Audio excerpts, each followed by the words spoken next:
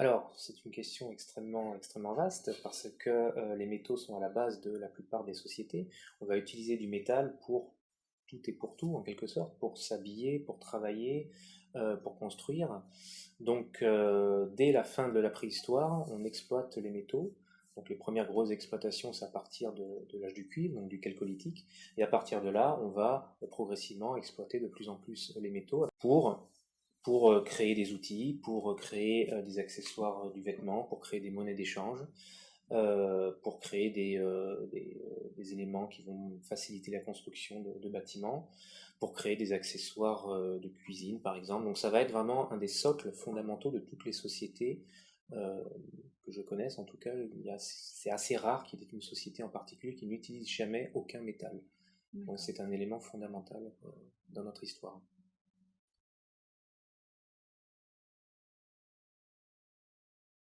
Alors oui, donc d'une part, il y a la rareté, donc effectivement, ça va donner lieu à une valeur marchande, donc plus quelque chose va être rare, plus on va vouloir éventuellement le rechercher, mais dans la mesure où ce quelque chose est utile aux sociétés. C'est-à-dire qu'il va y avoir des caractéristiques premières d'un métal, par exemple, qui va lui conférer une utilisation, un rôle dans une société. Si ces caractéristiques sont utiles, si les gens sont capables de l'utiliser, alors là, il va être recherché. Et si ces réserves sont assez peu répandues sur la surface du globe, sont assez difficiles pour l'exploiter, eh bien, il va prendre un caractère précieux. Donc c'est ce qui va faire la différence par exemple entre les métaux, ce qu'on appelle les métaux polymétalliques, donc les métaux qui vont être autour du cuivre, du plomb, de l'argent, euh, et, et d'un autre côté le fer. Le fer est beaucoup représenté à la surface du globe, donc c'est quelque chose qui va être assez facilement exploitable, alors que de l'autre côté, ces métaux polymétalliques, eux, sont beaucoup plus concentrés dans certains secteurs et vont donner lieu à des exploitations un peu plus compliquées. Donc ils sont précieux, à la fois par le fait qu'ils sont un peu plus rares et aussi par le fait il va y avoir une demande dans la société pour les exploiter.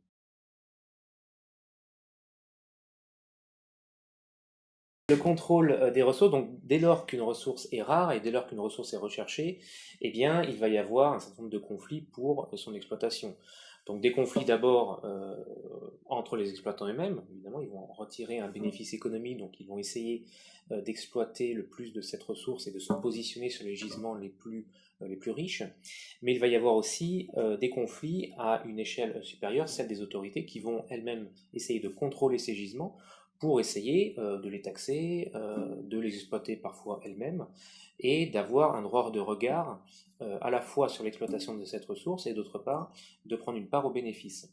Donc lorsque les gisements sont tout à fait précieux, notamment lorsqu'il s'agit de mines d'or ou de mines d'argent, eh bien il va y avoir parfois des conflits. Alors ce ne sont pas forcément des conflits qui vont dégénérer dans des guerres, ça va être aussi des conflits, parfois militaires, qui vont se développer, des escarmouches plus ou moins importantes, plus ou moins longues, qui vont déboucher ensuite sur des pactes féodaux, sur des pactes militaires, pour essayer de trouver des compromis.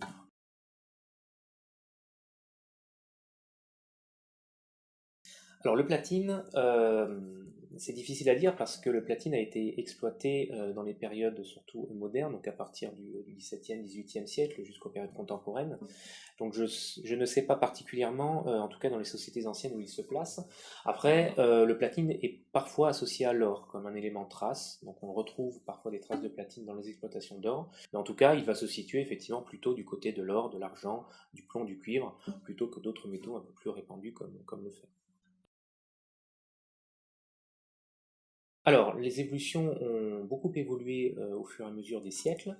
Donc, on connaît plutôt bien les conditions d'exploitation durant l'Antiquité, donc durant la fin de la République et du début du Haut Empire, donc pour l'ensemble du bassin méditerranéen.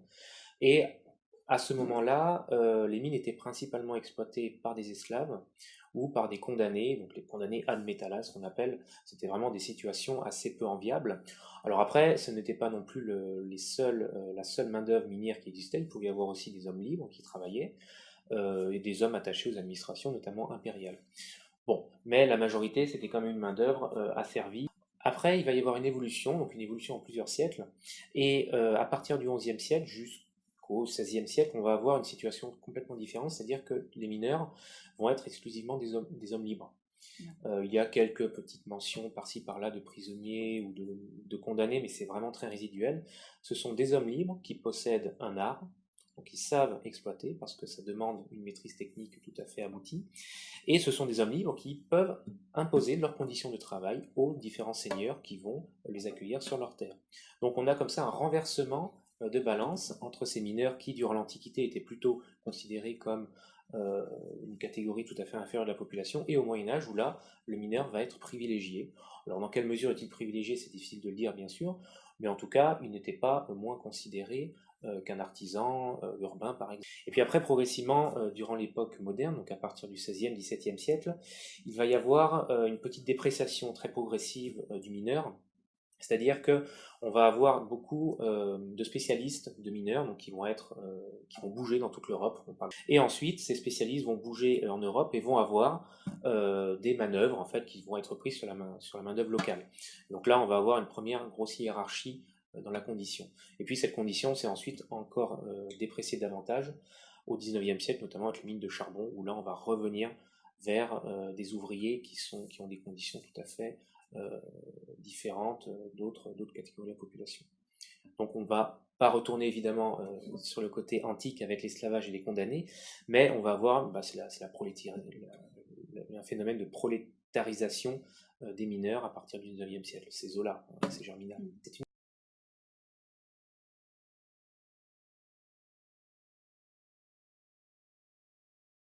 une conception qui va être au croisement de deux notions. D'abord, la disponibilité des gisements. Est-ce qu'il y a des gisements exploitables, d'une part, et d'autre part, les prospections qui sont faites. C'est-à-dire que si ces gisements existent mais ne sont pas visibles sur le terrain, il va y avoir un petit problème pour les exploiter, et ce n'est que dans un second temps, lorsque d'autres travaux peut-être seront plus avancés, qui vont permettre de les découvrir. Donc il y a comme ça toujours une dimension où on n'aura jamais toutes les ressources à sa main, et on va devoir progressivement avancer des travaux pour éventuellement trouver d'autres gisements. À ma connaissance, c'est une question qui est assez récente, que l'on ne se posait pas dans les sociétés anciennes. Lorsque l'on va essayer de restreindre, par exemple, la coupe des bois au Moyen-Âge, c'est parce qu'on se rend compte qu'au rythme où ça va, il n'y aura bientôt plus de forêt. Mais ce n'est pas pour protéger les arbres, c'est pour protéger les activités de construction et de charbonnage qui vont avoir besoin de ces bois. Donc on va essayer de raisonner la coupe des bois pour pouvoir raisonner son exploitation, mais pas uniquement pour sauver en quelque sorte la forêt. On n'a pas d'approche environnementale, en tout cas, telle que nous permettent de le dire les sources, et c'est quelque chose d'assez récent.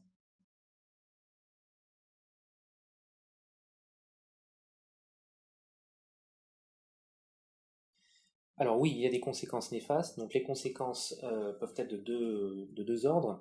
Donc premièrement, un impact environnemental, hein. Donc lorsqu'on est dans l'exploitation minière, même durant l'Antiquité, même au Chalcolithique, il y a des pollutions qui vont se déverser sur les sols, dans les rivières, qui vont se déverser dans les airs aussi.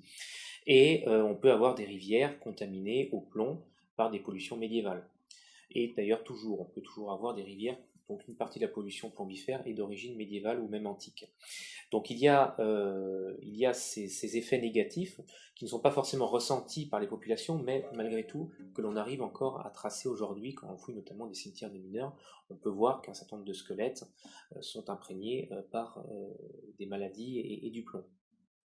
Donc ça, c'est le premier élément, donc un élément plutôt environnemental, et ensuite un élément économique. Lorsque l'exploitation va dans un secteur, donc il va être vecteur d'embauche, hein, en quelque sorte, et lorsque l'exploitation est terminée, eh bien, tout un secteur peut être abandonné assez rapidement. Donc là, on a aussi ces notions de ville champignon qui peuvent émerger très rapidement, fonctionner et puis employer énormément de gens dans un secteur plus ou moins large, et ensuite, une fois que les gisements sont épuisés, eh bien, abandonner l'ensemble, avec peut-être des gens qui vont se retrouver sur le carreau, qui vont être obligés de migrer pour trouver d'autres zones minières.